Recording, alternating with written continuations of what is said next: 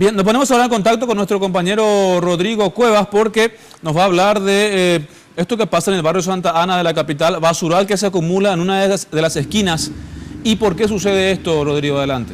Buenas tardes, Jorge, y este es el panorama aquí en el barrio Santa Ana, donde cada vez que llueve las aguas negras desbordan el puente Antequera, como si me ayuda mi camarógrafo, podemos observar cómo queda, ahora ya más bajo, pero lleno de basura esta zona, con un olor bastante nauseabundo, que los vecinos comentan que estos ya necesitan una solución rápida a esto. Estamos con un vecino de aquí del barrio, con Derlis González, para comentarnos, esto es cada vez que llueve se desborda acá y se queda esta agua bastante nauseabunda. Claro, así mismo, prácticamente viene la basura de la parte de arriba que lanzan los vecinos y viene de tranca abajo del puente.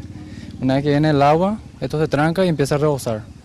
Empieza a agarrar todo acá, los vehículos tenemos que alzar arriba, las despensas están todo prácticamente su máquina indispuesta ya para la venta luego, destruyen todo. Esto entra todo en las piezas. Sí, entra, prácticamente entra todo ahí y funden toda la mercadería que hay. También me decías que la cloaca de la cárcel rebosa y baja para acá también. Claro, una vez que llueve ya es imposible.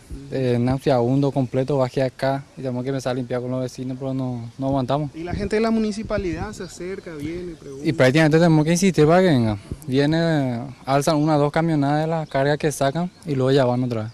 Ya, y se vuelven a quedar ustedes con el Claro, dejan todo amontonado y dejan ahí prácticamente mal olor, todo. ¿Cuál es el pedido de usted ahora?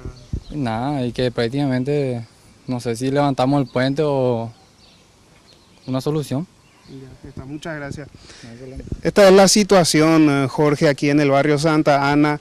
Hoy comentaban que las cuadrillas de la municipalidad levantaron más de 10.000 a 12.000 kilos de basura aquí de esta misma zona, y el agua, como ya bien comentaba el vecino, rebosa, ingresa a las casas, y bastante perjuicio y bastante desagradable también el olor que se puede percibir aquí, Jorge. Bien.